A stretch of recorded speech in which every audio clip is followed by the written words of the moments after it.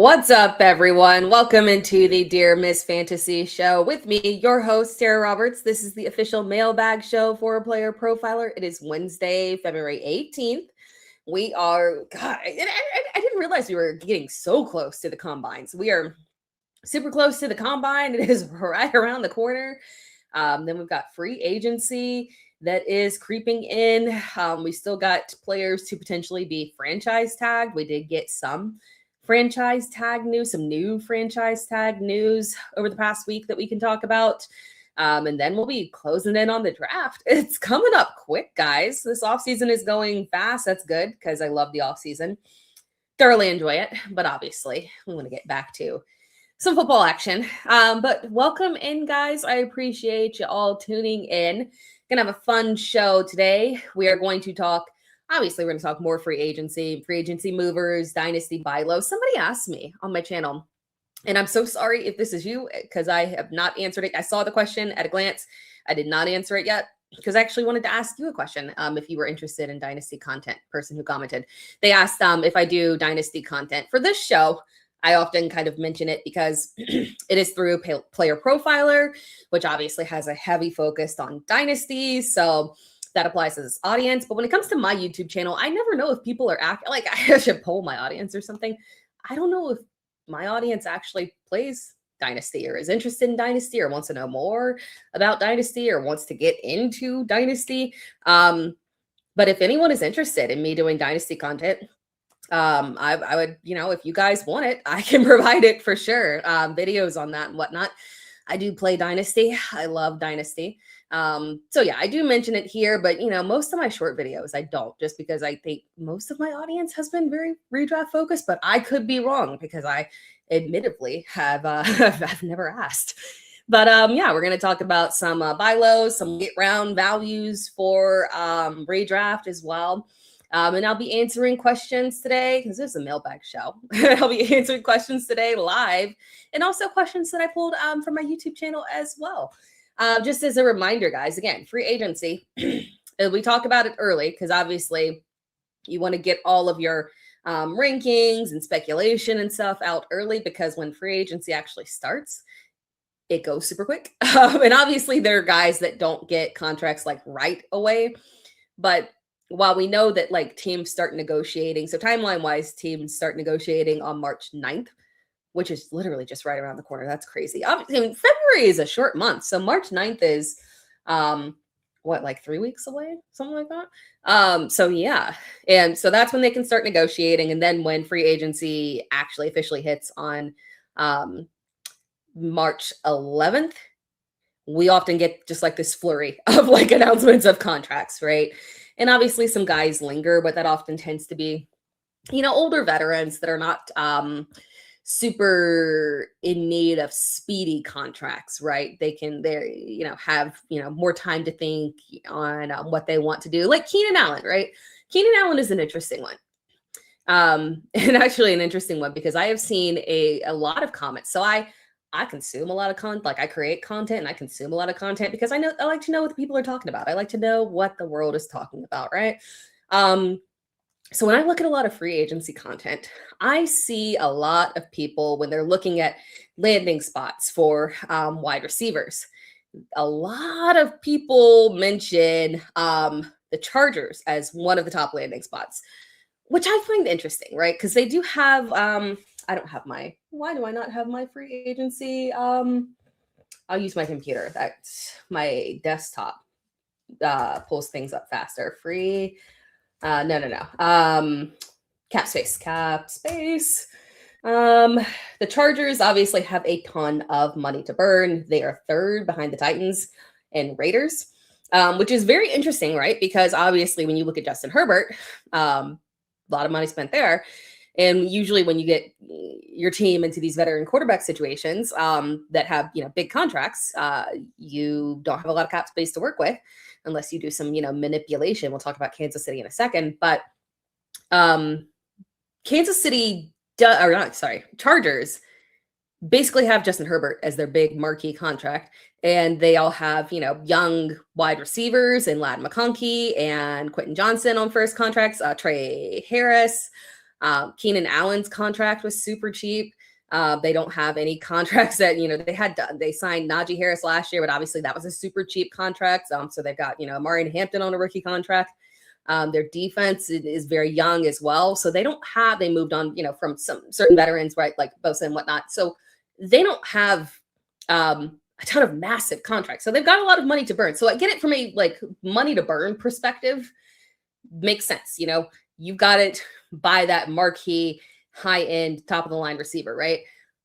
But at the same time, I kind of feel like it would be a good time for them to really lock in and maybe look at extensions and spending big money on the defense. And then also kind of, ensuring that the offensive line doesn't crumble and it's tough, two massive, we've talked about this a lot. Joe Alt and Rashawn Slater going down is massive. You can't really replace that, but the rest of your line needs to be solid, that it can at least somewhat hold steady. It absolutely did not. It was a complete disaster. So perhaps they make some investment there. But obviously, when we're looking at free agents on the market, George Pickens is one that is often cited as, a strong landing spot with the Chargers. So it's interesting. I don't know if it'll work out that way. And the reason that they're one that is speculated a lot is because Keenan Allen was oddly enough their marquee receiver in terms of overall,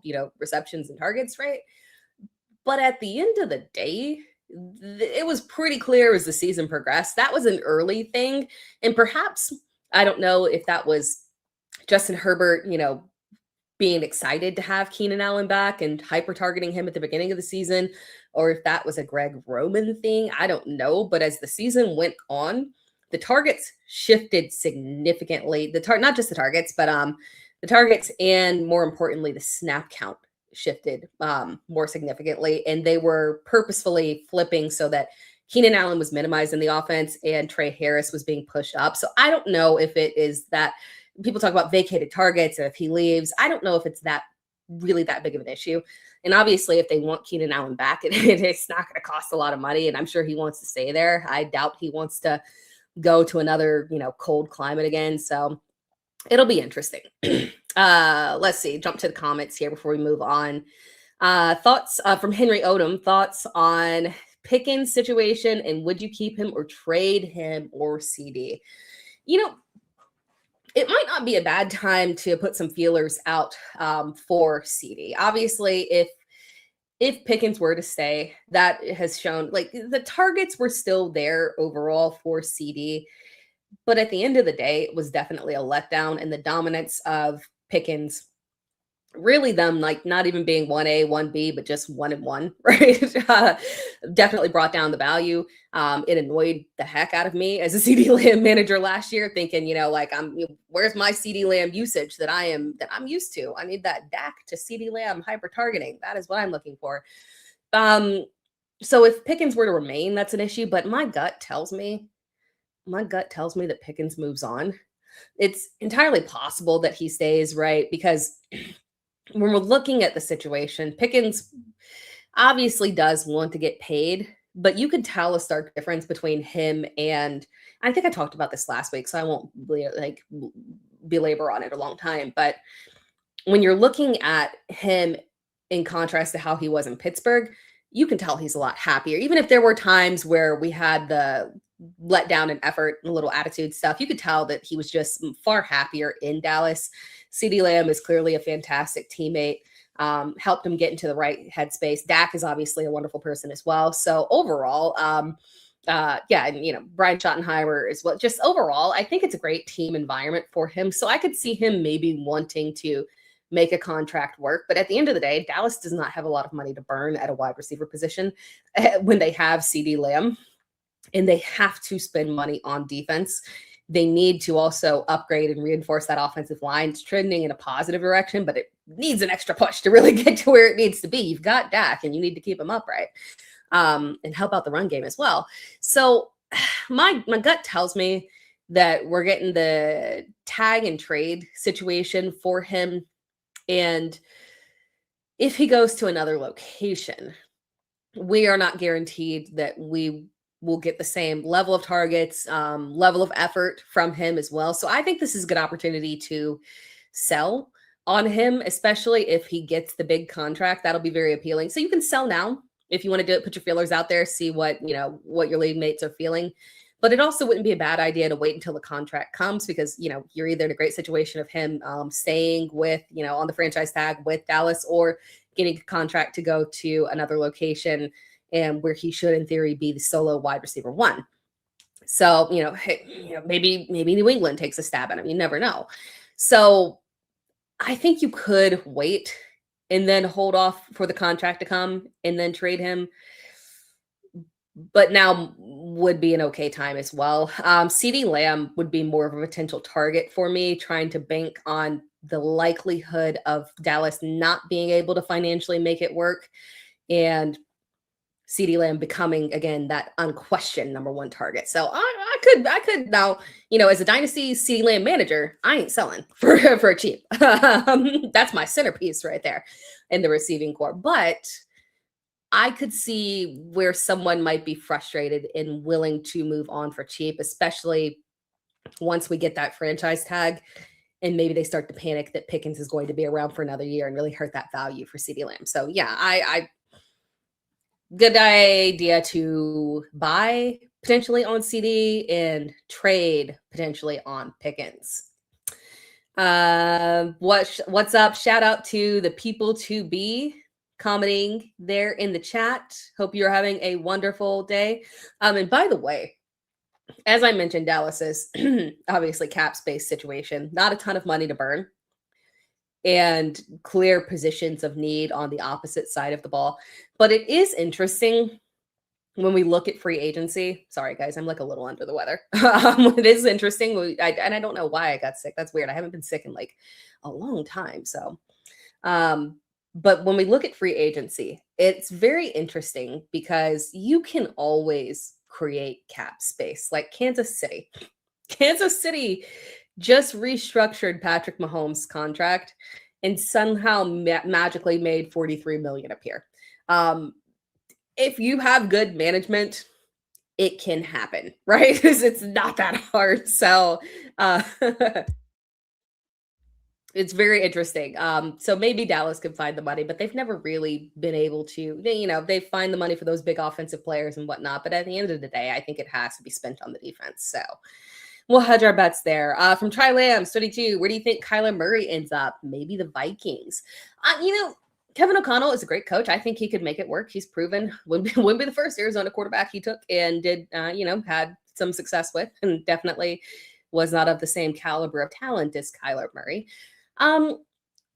Maybe we know that they do want to potentially bring in competition there because you can't hinge all of your hopes and dreams on JJ McCarthy when of all the young first and second year quarterbacks, he has showed the least promise of all of them by far, right? I mean, even if we, unless you take it down to like a Dylan Gabriel level, then yeah, but like, apples to oranges, you tell me JJ McCarthy or Cam Ward. This is not a question. So JJ is a little shaky, unfortunately. I do think that because the the Jets do have so much money available, we could see them go that route. I think it would be kind of silly, but they have to have a quarterback.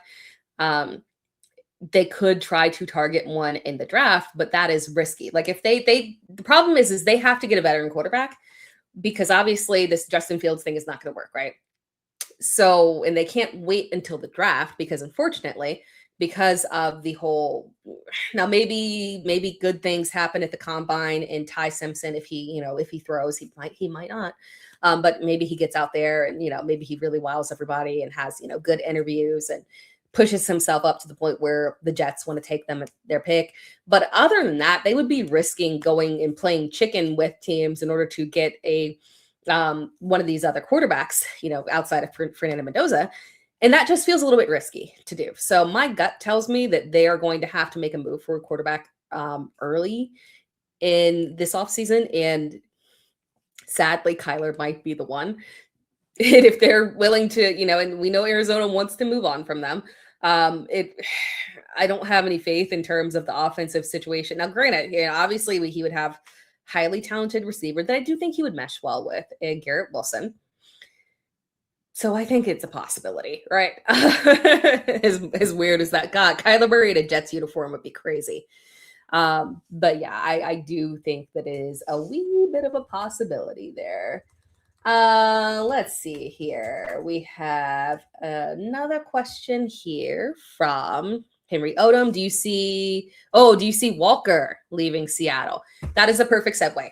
Oh, hit my table. That is the perfect segue there that I do want to talk about there, because when we talked about Kenneth Walker last week, and I also did a free agency, my top 5 running back free agency rankings. And my perspective last week was that the Seahawks were probably going to franchise tag him. And we've gotten rumors that that is not going to happen, and that they have a lot of money, but they want to spend all that money on other positions that they need to retain, right? They want to start working on those contracts. They've got, multiple high-end, obviously, they maybe, looking at early extensions for Jackson Smith and Jigba. Lots of defensive players that they could look at extending. So apparently they want to spend their money elsewhere and not at running back. And that one is a little bit interesting for me. And, some people say, how are you going to let, you're going to let the Super Bowl MVP walk? Like, it's not that, right? But when we're looking at Kenneth Walker, I thought prior to the Zach Charbonnet injury that for sure they were moving on. I didn't see any scenario in which they would re-sign him. And I'm a Kenneth Walker believer. I love him. Before this little playoff run, right? So even in my positivity with Kenneth Walker, I was fairly certain that he was not going to be a Seahawk. After Zach Charbonnet got injured, I thought, well, he's a Seahawk, because why on earth would Seattle want to risk next season not having Zach Charbonnet ready? Because the likelihood of him being ready is slim to none. And the likelihood of him coming in mid-season off an ACL and performing well is also, it's a 50-50 shot. A lot of times, most of the time, when running backs in that first year back, especially if they're coming back mid-season, and not just running backs, like it happens in multiple, even with wide receivers as well often, but especially with running backs, they come in mid-season and unfortunately they just don't look like the same person, because they need longer to really get back to full, capacity. And that's normal. Like that's a thing. They don't come back 100%. So a team that would be in a position to repeat and push for another Super Bowl, I thought that they would want to have a high-end option at running back and not risk it with Zach Charbonnet. But perhaps they look on the market and they see that there's, because one of the things that we're going to talk about here is additional wide receiver free agents. Additional running back free agents. So as I look at, the depth that we have at running back in free agency, and the draft class there's players in there, but there's not the same level of depth that we had last year. So as we're looking at free agency, perhaps they're looking at free agency and saying, I think we can work with this, and we can, sign somebody cheaper and short-term deal and make it work. Or perhaps they get in there and they find a running back they like and draft a young running back and do the same thing that they did before, because Zach Charbonnet is going to be a free agent next year. So they have to be thinking more long-term in terms of the position. So I'm surprised. So it sounds like Kenneth Walker is going to be hitting free agency. Imagine winning the Super Bowl, winning a VP, and hitting free agency. But good for him, because that is going to give him an opportunity to get a contract versus, the franchise tagging. So I'm looking at landing spots for Kenneth Walker is now that it looks like there's an increased likelihood of him leaving Seattle. 2 names stand out to me. It's Kansas City and Houston. Kansas City, obviously, the run game, I do think that Isaiah Pacheco is a free agent. I do think they move on from Isaiah Pacheco. Kareem Hunt's a free agent. That's kind of again, that's more of a nothing burger. He's not, a nothing burger for us. Unfortunately, he did have way more carries than he should have, but they need a true bell cow. And I think they want one. And they were treating Isaiah Pacheco like that at one point prior to the injury, which is what had all of us thinking, oh my God, this is it. And we were drafting him all high and feeling good about it. But at the end of the day, just, they never got back to it after he came back from the injury of really trusting him as a true 3-down back, which is interesting because as we kind of think about a wide variety of players who took extra time off after an injury to come back, it's entirely possible that Isaiah Pacheco comes back next year on another team and has a fantastic year. So keep that in mind. We'll talk about that, here in a second. But looking at Kenneth Walker, Kansas City, good fit. Again, they cleared up that cap space, good landing spot. But Houston is my dark horse candidate because Houston has proven one thing. They don't care about burning money on a running back and going to grab it. And not big money, right? But not stupid money. But they're not afraid to go out and say, hey, we want a veteran. We want somebody to come in here. And, whether that's them trading for a running back. Oh, my God. Yeah, trading for a running back and signing a running back or something. Like they have zero problem paying and giving money and trading picks and getting a running back. So signing Kenneth Walker as one of the top running backs on the market does actually make a lot of sense for them.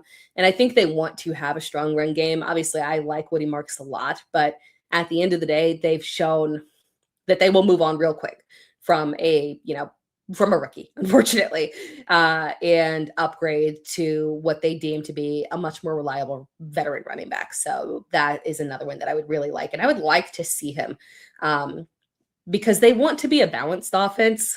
They want to be able to lean on the run. They've got an aggressively strong defense. So in an ideal world, they have an offensive line that keeps CJ Stroud upright. They have a defense that can keep games close or they're playing from ahead. And they have a run game that is so strong that they can almost lean run heavy, at least 50-50, right? But maybe potentially be a little bit run heavy, keep the pace down a little bit and let the defense lead, kind of like a Seattle did this year. And Kenneth Walker would be the perfect person for that. So that one is very, very interesting. Before I move, and looking at the comments here, Woody Marks is injury prone. Comment from Just Lift DFW. Let me see if I got any other running back comments here. No, that's it for the running backs. Although I will like to say thank you for the lovely comment, Lynn Wells. I appreciate that. And let's see. We'll talk about running backs here. So, oh, wait. From Just Lift D, is it D1W? I said DFW. I'm in Texas, so I was reading DFW as if it was Dallas Fort Worth. D1W. I can comment is I can see the Steelers keeping Gainwell too. Also, Travis Hunter, I hope more offense. So these are two really good points that I want to talk about because one of the things I wanted to talk about was we talked about my top 5 running backs last week. I wanted to talk about my 6 through 10 running backs. Someone commented because I said, do you guys want to see this? And someone commented saying that they did. Looking at my remaining running back free agency rankings. Number 6, as a reminder, guys, I had Breece Hall, Kenneth Walker, Javonte Williams, Travis Etienne, and Rachaad White in my top 5. Yeah, Rachaad White. I think he's going to be a sneaky one because of the thing that I talked about last week is that he's a sneaky one because when you look at all these other running backs, aside from Kenneth Gainwell, so great comment there, outside of the top 5, aside from Kenneth Gainwell, Rachaad White is one of the few actually dynamic pass catchers. Everybody else can catch passes. They're fine. It's not a question. They can be 3-down backs. They can block. It's not an issue. They can get check downs. But if somebody is looking for that game changer type of receiving option, right, from a running back, Rachaad White and Kenneth Gainwell are those two guys. So I think they will get a lot of play in free agency. But I think the Steelers would love to keep him around. Obviously, we've got a change of regime. But Mike McCarthy, as I know him well as a Packers fan, if you look at Mike McCarthy's history, he likes very well balanced running backs. You need to be able to do everything with him. He wants a running back. He wants multiple running backs who have the ability to handle early down work, who have the ability to block, and who have the ability to be strong receiving options, right? Even if you go back to Green Bay with Jamal Williams and Aaron Jones, we often think of Jamal Williams and his time in Detroit and the way that it was that early down, with, what was it, DeAndre Swift back then, the early down and the third down. And then that was the year that Jamal Williams had the ridiculous rushing touchdowns because he was getting all the goal line touches. But he's actually a pretty fine blocker and pretty solid in terms of being a receiving option. So Mike McCarthy likes well-rounded backs because he likes to use them interchangeably. He does not like that steady, like, this is my early down back, this is my third down back. When you look at his history, he likes to be creative with them and not use them in that specific manner. So Kenneth Gainwell is literally perfect in his eyes, as you are, he's a very well-rounded back. He can carry early downs. He can catch, he can block. I mean, it would be very appealing. So I can absolutely see him staying. I know a lot of people will be bummed out by that because they want to see Caleb Johnson, especially those who drafted him in Dynasty. My God, I know you guys are suffering. They want to see Caleb Johnson get some play time and thrive. But I do worry that if blocking is just not his thing, if that's just not a manner in which he could be used, I get a little bit worried that he's not a guy that Mike McCarthy will love, unfortunately. So we'll see. Maybe he's spending the offseason developing. Hopefully, maybe we need to scour the internet and try and see if we can get any tips there. But at the end of the day, I do worry that they might keep Gainwell, which is fine because I love Gainwell. I own Dynasty shares of Gainwell. I would like him to stay in a location where I know he can thrive. Rather than risking him going somewhere else. Although I think he would do very well in Washington playing off of Ja'Cory Krosky-Merritt, who obviously, unfortunately, another situation of a young guy who's very talented on the ground, but you can't block, man. You can't do it. They can't trust you on third downs, unfortunately, and you got to earn that trust. And if you can't do it, it is a major problem. Appreciate the super sticker there from Just Lift D1W. Thank you so much. Very kind.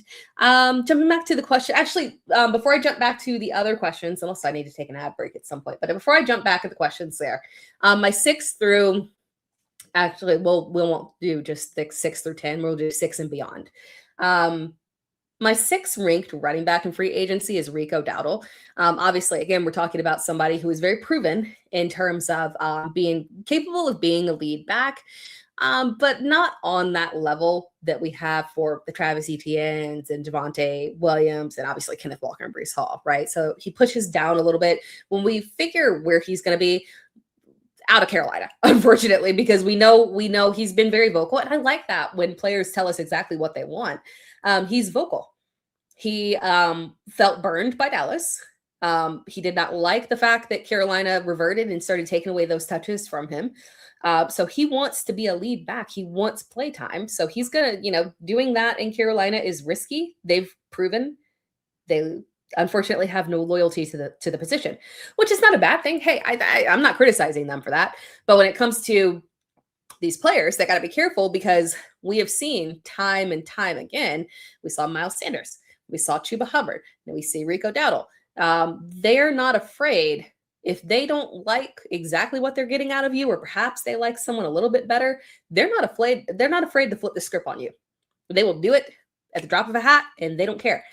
So for that in mind, I do think Rico will exit and could potentially be one of those good buy low. So like maybe a Seattle that is thinking, okay, we're just going to move on from Kenneth Walker. We're not going to pay that contract because obviously this man performed way too well in the playoffs and the Super Bowl, and we just can't afford that now. Somebody else has got to pay him that big contract. So perhaps a guy like Rico Dowdle is a good solution because the only issue is that I don't think that Rico Dowdle and Zach Charbonnet would play well off of each other. That's not a good combination. You need there's thunder, you need the lightning. So, but we'll see. But that type of situation for him. After Rico Dowdle, I have Brian Robinson. Again, another similar back who, 3-down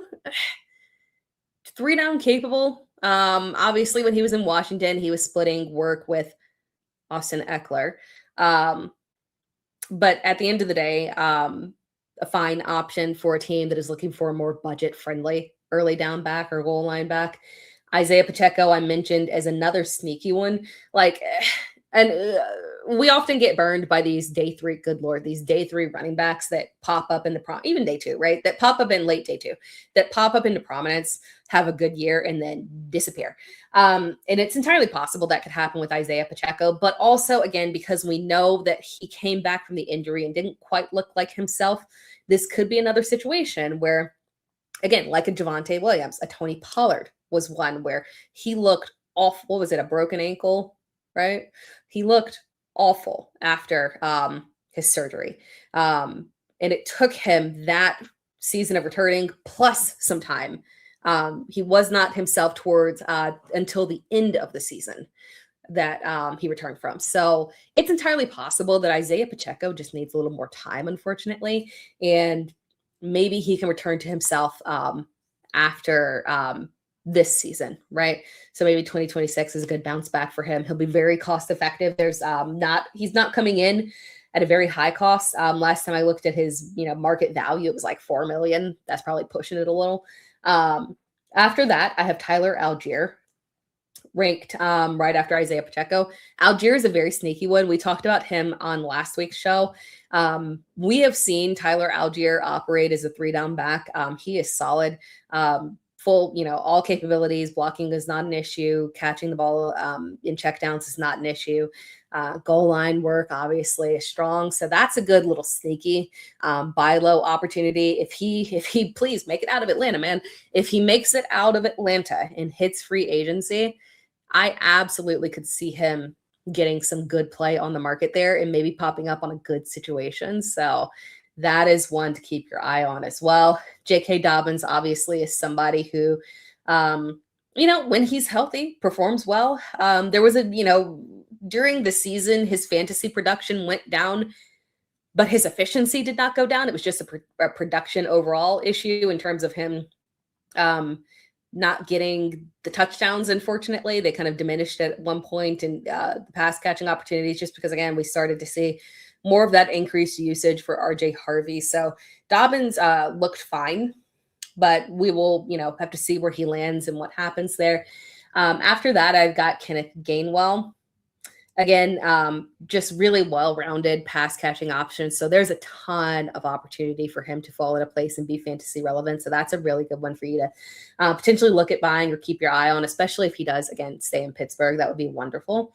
And after that, there's some guys. Najee Harris, unfortunately, the injury, we don't know what he'll look like and what kind of chance the team would want to take on him. Emmanuel Wilson is a free agent, now he's a restricted free agent. Bear in mind, this is a restricted free agent. So is Sean Tucker. But Emmanuel Wilson looked really good in spelling Josh Jacobs this season. Sean Tucker, obviously, we know he is a strong runner, can't block, sadly, but a strong runner. And then other running backs hitting the market will be guys like, and these are restricted free agents as well, Jaleel McLaughlin and Keaton Mitchell. And then, of course, Kareem Hunt, the older guys, Kareem Hunt and Nick Chubb. But that wraps things up at the running back position. I'm going to jump back to the questions here real quick. We've got some good running back questions. I'm going to take a short break here. I'm going to drink some water, and we are going to hear a quick word from our sponsors. And I will be right back after this. If you play in Dynasty, you need Dynasty Deluxe, our premium package for Dynasty Leaguers. We rank over 300 players, updated every week, all year long. And there's a win now mode and a rebuild mode with Superflex and tight end premium controls. And a Dynasty League sync where you can say, sync down all of my sleeper teams, all my FFPC teams. And then you can browse around your leagues for who has needs. And then you can use our trade finder to see what kinds of trades are happening in leagues that are similar to the one I want to do. Then you can analyze trades using our trade analyzer, which balances the lifetime value, which includes pick values out to like 2028. All of that plus the rookie guide, $25 value is included. So if you're just in one Dynasty League, Dynasty Deluxe is well worth it. And use your host's promo code, and you can bump up to all in and get $25 off. All right, we are back. Jumping back to some running back comments here. Check Ray's Bluff says Jonathan Brooks season, hopefully. If he can stay healthy, man, I hope. I worry for him that, again, it's just a fragile body situation. So unfortunate. So unfortunate. Especially because this was a Dynasty first round pick for a lot of people there. So, I mean, and at this point, he's probably not on the same team that drafted him, probably bouncing around and being traded for late round picks. But that's an interesting one to potentially take a stab at, because I've seen his value is just stupid low at this point. So it is entirely possible that he comes back healthy, stays healthy, and is able to earn that job, because, Chuba unfortunately proved that he might not be able to hold on to it 100% there. Lift D1W. Johnson didn't even get a chance to play last year. He's a big back. Yeah, Caleb Johnson. Yeah, and unfortunately, the thing about it is I wish that he was I wish he was a little bit more experienced from a pass catching perspective. Because Jalen, now granted, again, we've got regime change. So, Mike McCarthy will have his own thoughts and opinions. So the love that Steelers had for Jalen Warren may not, it may not translate to McCarthy, but Jalen Warren seems like a McCarthy type of running back. But Warren's versatility and the ability to be an early down back, proven finally that he can actually be an early down back, in addition to a pass catching back, makes it tough. Let's see here. Yeah, and you also say that Brooks, the Panthers have to give it a try. Yeah, if he's healthy, got to give it a try on this one. Now, this one is interesting. Leaving James Conner, done, outright cut. I think so. And obviously, and what is his age? James Conner is, oh shoot, he's not on this list. James Conner's age is, why did that not pop up? You're going to make me do math on that. 30. He's 30 years old. Going to be turning 31 in a couple of months. Which is unfortunate. Yeah. We're talking, serious injury, 31 years old. Unfortunately, it might be a put out to pasture time. But Arizona is interesting, right? Because, and perhaps Arizona is a sneaky candidate to sign one of these cheaper guys as well. Because if they move on from James Conner, and do they trust Trey Benson to carry the workload? Because heading into the season, we thought, they were very vocal about the fact, and even James Conner was like, yeah, it's 1A, 1B, or we're co-lead backs or something like that, I can't remember what the language that he used was, but even James Conner was like, yeah, we're, team, we're in this together. And the Cardinals, all of their words and everything, and made it seem like this was going to be a 1A, 1B situation, a split usage committee situation. And initially it did seem that way. But ultimately we really didn't get to see it. And then we didn't get to see Trey Benson by himself. So, so we've got a new regime here. The draft capital and Trey Benson wasn't that dramatic. It was, it was day 2, second round, but it wasn't like, oh my God, we gotta, this is our guy, we gotta keep him forever kind of investment. So yeah, they could be one to potentially be looking at adding a running back, because probably looking at moving on from James Conner, sadly. Here's another running back one. Alvin Kamara, do you think he is still the starter? I don't. And, he's a funny one. Actually, New Orleans is a funny one. New Orleans... I love reading all the recommendations of New Orleans, signings and free agency and stuff. Because while teams can always find money and kicking cans down the field, or kicking the can on down the line in terms of their salary cap, New Orleans, I don't think, is in the position to do that anymore, because if they have to, and it does appear that they're just sucking it up and like, hey, this is it.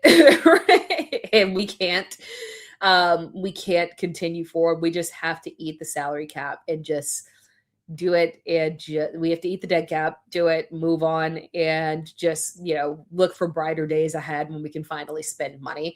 And they still don't have money to spend, unfortunately. And I don't know that they're a popular location to be like, they can sign this running back, they can sign this wide receiver.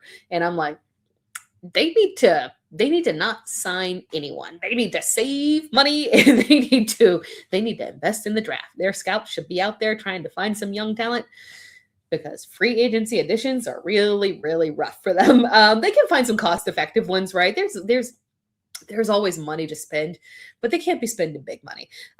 So yeah, there's a lot of like popular, New Orleans is a landing spot. I don't think it's going to happen, but I anticipate what I do buy is in a lot of mock drafts, people have New Orleans drafting a running back. Now, New Orleans has not drafted who we have thought in terms of mock drafts in a couple of years.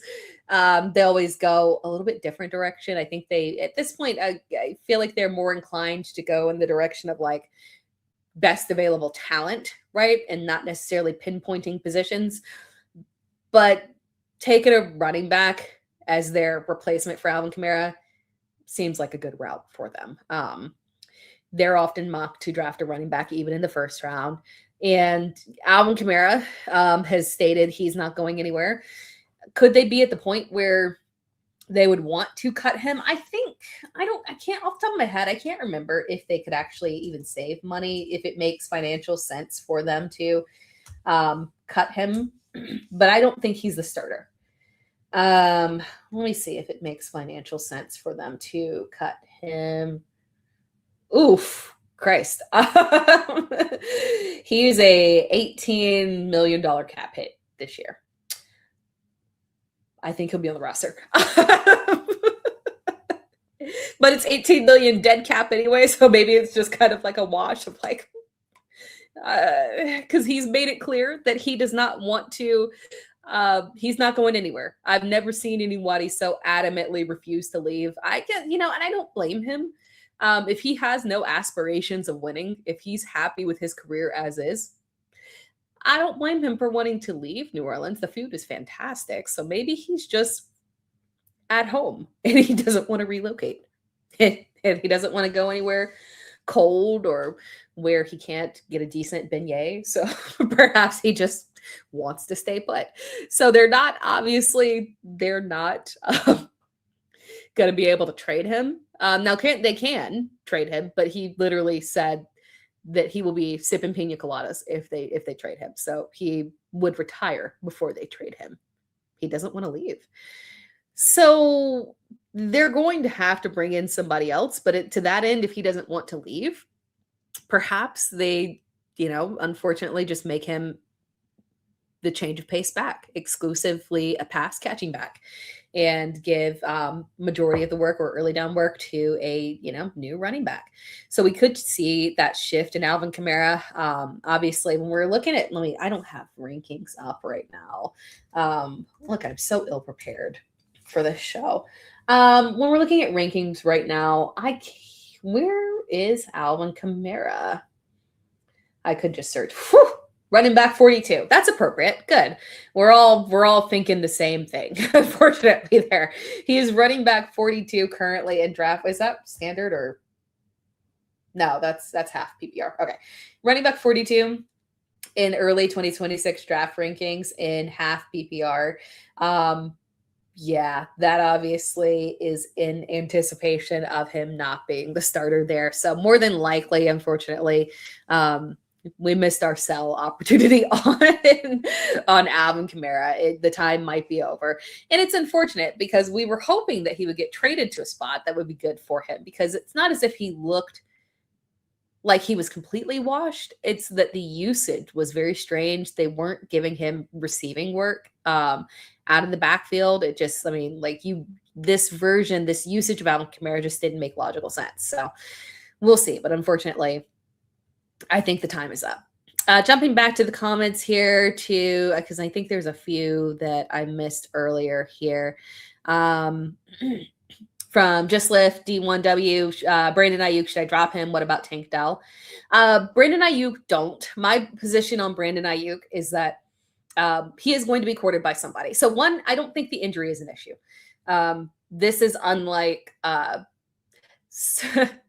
I'm traumatized by Kenny Golladay. That was the most horrific situation, right? But I don't think this is a Kenny Golladay situation in the fact that the injury is a concern, right? I don't think this is like a Joe Mixon situation where the injury was keeping him off the field. We saw Brandon Ayuk video wise. We saw him on the field. We saw him running routes. That's enough for me to feel good. What we saw was enough for me to feel good about the fact that he was on track to return and there was not a physical issue. It was just a personality issue, unfortunately. I did a video on him and potential landing spots. I do think that we will see, because he's a very talented player. I just think there's something wrong with him in terms of the attitude. It's beyond diva. Like, I compare it to a Stephon Diggs. When you look at Stephon Diggs, like, yeah, he's a contentious guy. Yeah, right. And, some off-field stuff, to say the least. But when you look at Stephon Diggs, and despite the fact that he is the drama, teams are willing to sign him because they know he's talented and they know he will show up on the field and they know he will put up on the field. When it comes to Brandon Ayuk, you have a player that willingly foregoed stepping on the field and that has stalled in contract situations before. And that after he forced you into a contract that you didn't want to do, he then underperformed significantly before he got hurt. Those are red flag things. Like, I can get past George Pickens' attitude problem or whatever. Okay, man's a little off, whatever. He's highly talented. I don't care because I know he can put up extreme numbers on the field, and I know that I can, if we've got the right coaching staff and teammates, we can get him in the right place where he's in a good mindset and he's having a good time and he is performing. I don't know that I can say the same thing about Brandon Ayuk. So he's extremely risky. So don't drop him, but you're holding on to him because a contract will come at some point this offseason. I think it'll be a 1-year deal from a contender team that is looking for maybe who can afford to take a risk on him for 1 year, see if that can be the boost to get them to a Super Bowl. And once he gets that contract, sell him. Yeah. So don't drop. You can sell. I think that, because he's Brandon Ayuk, people will buy for something. As soon as he gets that contract, sell. Let's see here. Oh, wait. And also you mentioned Travis Hunter in offense. So the news came out that it sounds like the Jags are going to use Travis Hunter more on defense, which is horrific for dynasty managers that took him in the first. I took him in the first in a IDP league. I still think I might, I didn't take him first overall, right? Ashton Genty was already taken, so I'm not crazy. But I think I can still make out okay when I look at the other players that were drafted behind him. I don't feel a massive amount of regret. But for fantasy managers who drafted an offensive player and they only get offensive points, I got a bad feeling, unfortunately. And I think that it's probably going to go this direction, and I'm not shocked. Now, I am somewhat shocked because he finally did, before he got injured, put up a strong wide receiver performance. But at the end of the day, the Jags have a problem in the fact that they have too many pass catchers, unfortunately. When you're looking at, Travis Hunter, Brian Thomas Jr., Jacoby Myers, who they gave a contract, Parker Washington. And when you're looking at all of that, you're trying to do the math. And I think Parker Washington's breakout was for real. You got to forget, like, last year was his 3rd year in the league. And he had a very strong statistical season, and that was not including the fact that he did not become a starter until around 6, 7, 8 weeks, 6, 7, 8, something like that. The season that he had, I think it was a sneaky little 3rd year breakout season, and that what we're going to see is the continued progression of him forward in this offense. And I would not be shocked if a lot of that wasn't just, Liam Cohen, but also Trevor Lawrence, because when we were looking at Trevor Lawrence with Jacoby Myers, Brian Thomas Jr., and Parker Washington on the field, that man loved Parker Washington. And it is not the first time that has happened. So I think there's a level of rapport there. And I wouldn't be shocked if we see an increase in usage for him to where he is the regular starter there next year. So yeah, I unfortunately think we might see a lot of Travis Hunter on defense. And because they need help, on that end, and they are stacked at wide receiver, oddly, well, as long as Brian Thomas Jr. turns things around, but they have a lot of bodies, a lot of strong bodies at wide receiver. And unfortunately, Travis Hunter might have to be the odd one out because of the fact that he can go on defense and then come in situationally as a receiver. So it might unfortunately be limited usage on offense. Now, maybe it can still somewhat work out from a fantasy perspective if, when he comes in, it's very intentional, meaning, i.e., he comes in, gets snaps, and gets targets, right? So high target to snap ratio, maybe. But unfortunately, it's looking a little shaky, in my opinion. From Manny, man, are we done drafting tight ends in the early rounds? Sadly, no. I don't think. Sadly, no. I think people are still going to push. I don't do it. I don't enjoy it really. I prefer to push tight end a little further back. I don't mind a fourth round investment into a tight end. I took a lot of, decent amount, unfortunately. I took a little Kittle last year.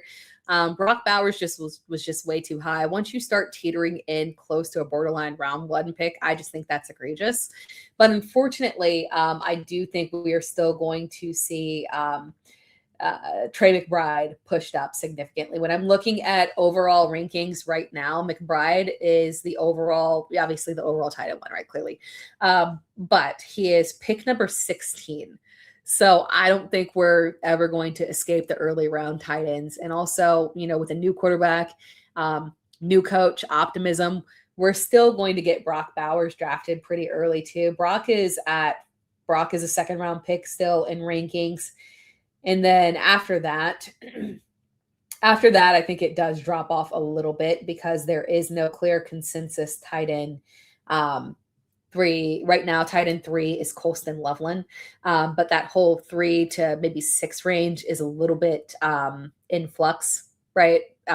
With Harold Fannin Jr. obviously being up there. So I think that it's going to be a big 2 going in the second round, and then we're going to get a pretty significant drop off to maybe like the 4th round of being the next time that we see a tight end come off the board in Colston Loveland. So my position would probably be the same as what I've taken. If you want to draft one of those guys at the first, in the second round, that's fine. Not my preference. I would prefer to wait. I think the value that you will get probably on those kind of mid round tight ends will be fine. Or you can try and find your little diamond in the rough, right? So no, unfortunately, I think we're still going to see it happening, sadly. Let's see here. Jumping back to the comments. Oh, we got quarterbacks. Henry Odom is this a early quarterback year in redraft? Let's jump to the rankings real quick. By the way, I'm looking not at my rankings right now. I'm looking at the consensus rankings on Fantasy Pros, just so we can get a broad perspective, not my single perspective, so we can understand where these guys are going in drafts. But when we're looking at, and these are honestly, pretty standard stuff here. Josh Allen obviously is going to still stay at the top. Drake May is the overall QB2. That one's peculiar to me. I never think it's a bad thing to draft Josh Allen early because the upside is so amazing for him. Even if, it's a weird passing year, I mean, he'll still get his on the ground. So I have zero problem with drafting Lamar Jackson early. Drake May is a weird one for me. I would not go there, especially after the Super Bowl performance, knowing that they need to make adjustments to that offensive line, knowing that they need an additional weapon at wide receiver. In a Super Bowl potential hangover there because of the performance being so off, Super Bowl hangovers in general, but because the performance was so dreadful, I can't see a scenario where I'm taking Drake May that high. Now I have multiple Drake May Dynasty shares, so I hope that I'm wrong. I can't come off of him. You're just going to have to grit it and bear it for a year on that one. But I do have a little bit of fear of taking him that high. That's egregious.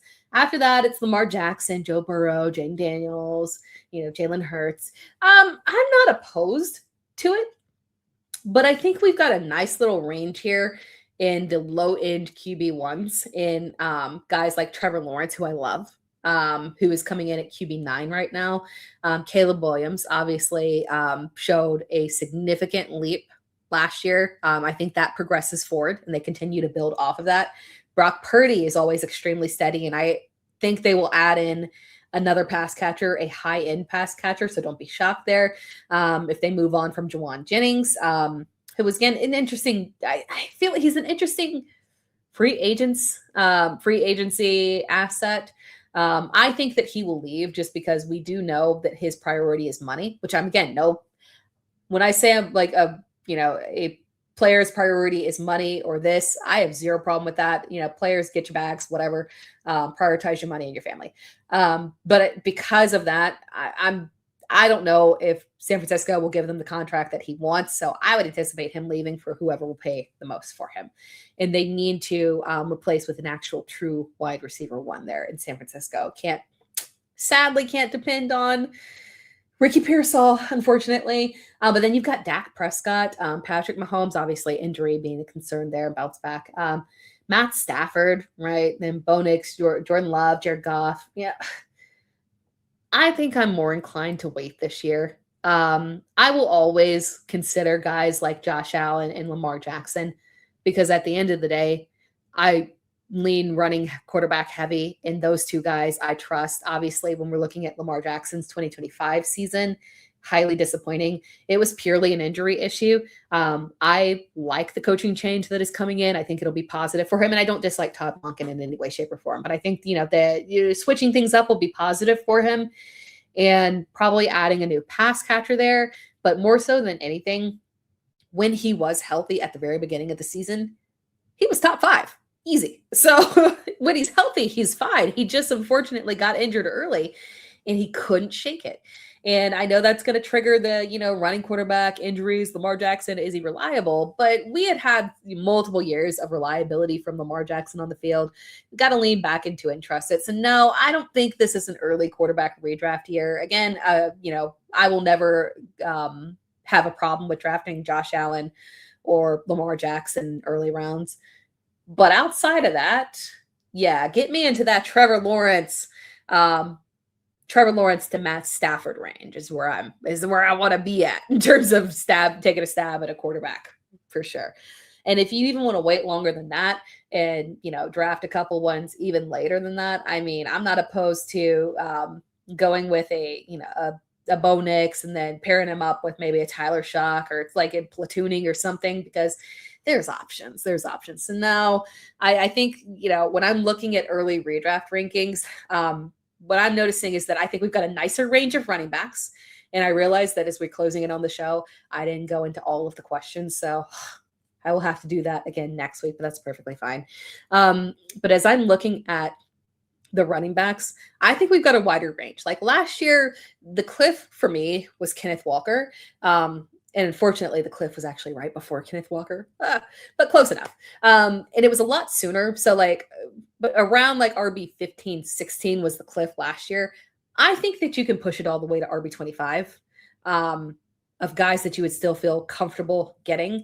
So I think we've got a wider range of running backs that will be reliable towards that low end RB2 area. And we want to hammer in on the wide receivers early as well. So I think there's value to be had in those early rounds, and then waiting a little bit on quarterback might be a good thing here. Unless we see quarterbacks slipping a little bit with the way that they performed, but I don't see it happening.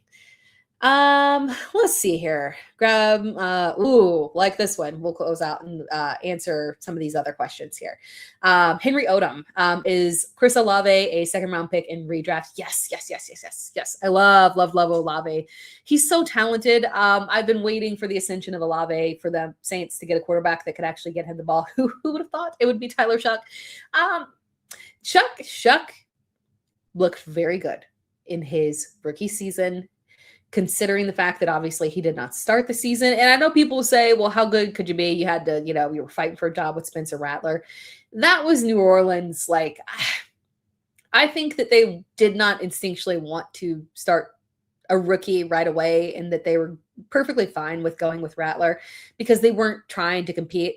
But Rattler ended up being such a disaster that they had to just go ahead and make that switch. And I like what I saw out of Shuck. The mobility was good. He handled volume very well. And more importantly, the man threw touchdowns. He threw touchdowns. And he actually threw high level of targets to our boy. So, and he didn't throw him hospital balls. Tyler Shuck is a good man in my eyes. So shout out to Tyler Shuck. Yes, I love Chris Olave, second round draft pick. We'll be taking a lot of him. Love, love, love. Let's see. What's up? Bomb C Brayer. What's up to you? Oh, good question. Johansson, have you ever thought about hosting a fantasy football league for your YouTube subs? And if so, what would you name it? Ooh, good question. I have legitimately never thought of that because I have only been a commissioner of a league when I was co-commissioner, because I know myself and I know that my ability to approve trades and whatnot in a timely manner would be suspect. I should probably give it a try though. One season. I haven't thought about it. It would be fun though. Maybe. I'll have to think about that. And what would I name it? I'm a reality TV show junkie, so I guarantee it would be named after some kind of reality TV show. I watch a lot of Big Brother, Survivor, love Big Brother. I've always wanted to go on one of those. That's, yeah. One day you guys will see me on Survivor or Big Brother. One day when my kids are older and I can actually leave them. And lots of other reality TV shows. Yeah, let's do what's one day. Let's get us on Survivor. And then we'll, after that, we can transition me to Traders. I would be excellent on Traders. So we're gonna get Tara into the reality TV circuit there, so we can see these football analytics skills applied to Survivor or Big Brother or something like that. Or maybe one of you guys go on Amazing Race with me or something. I don't watch that show, but there's options. Let's see here. From Just Lift, Josh Allen never gets hurt, so durable, unreal. And that's one thing to say, reliability, and that's why he always will remain the overall QB1, right? Because at the end of the day, he's pretty, and that's why when I say, hey, if I'm looking early rounds, I'm perfectly okay with taking Josh Allen and Lamar Jackson, even though obviously health is an issue with Lamar Jackson. But that's why I kind of stop right there and I don't go into the Joe Burrow of it all. Like, I could put Jalen Hurts on there because Hurts is pretty reliable too.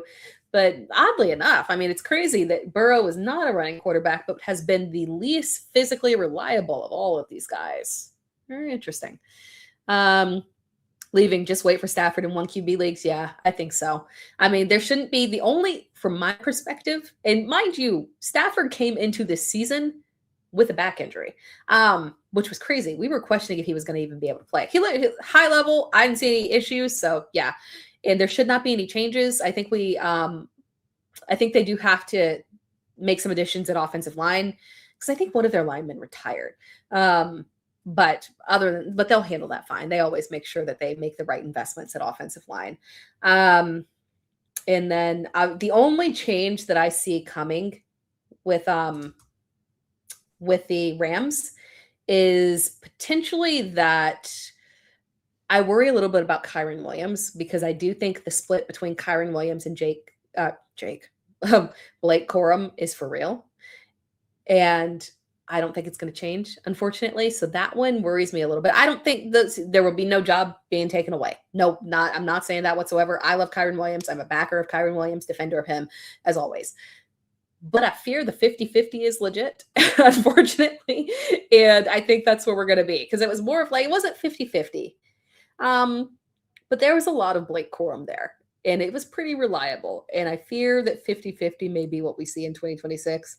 So if you're thinking about Kyren Williams and where you're drafting him, I just caution you to trust him as I would not trust him as my hero RB. Let me put it that way. Yeah, that is the way that I would put it. Yes. Yes. Names for leagues, Average Joe, Sports Show, and then Judge Roberts. Yes. Like all those things. Yeah. Good show, guys. I had other stuff that I was going to talk about, but we have hit that 1 hour mark as we always do, because I do love yapping for sure. But yes, we will have to continue the conversation next week. We'll talk more free agency. We'll talk more draft stuff because obviously we got the combine coming here, and there will be a lot of changes moving forward here, and we're getting more and more rumors coming out, and hopefully we'll have some more franchise tag information too. So we'll have a good conversation here next week, same time, same place, Wednesday at 8 p.m. EST. Yes, I'm on Central Time, so sometimes I get confused. But Wednesday at 8 p.m. Central Time, or 8 p.m. Eastern Time. Appreciate you all tuning in. Just as a reminder, as always, I do appreciate a sub to the YouTube channel, to the It's Terra Time YouTube channel, and also support to the Player Profiler Network, who this podcast is through for sure. And then also the podcast is available on all podcast platforms. But outside of that, I appreciate you all tuning in. I will talk to you again next week. Have a fantastic week. Enjoy the off season. We'll talk next week. Bye, guys.